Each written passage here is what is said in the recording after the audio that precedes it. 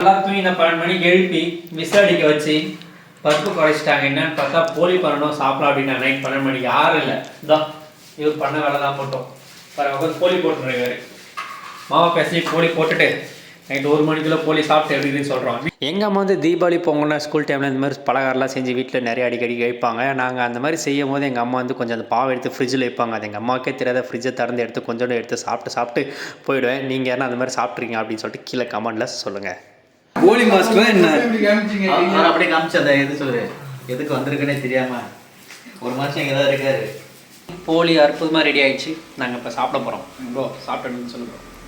அருமையாக இருக்கு ப்ரோ. நான் சாப்பிட்டேன். சாப்பிட்றது மாதிரி சொல்லக்கூடாது. அருமையாக இருக்கு ப்ரோ. நீ சாப்பிட்டு பாரு ப்ரோ. நிஜமான டேஸ்ட்டு சூப்பராக இருங்க. நைட் 1 மணிக்கு மிட்-நைட் 1 மணிக்கு போலி சாப்பிட வச்சுட்டாங்க. நம்ம நெக்ஸ்ட் வீடியோவில் பார்க்கலாம். பாய். மிட் நைட் பிரியாணி மாதிரி மிட் நைட் போலி.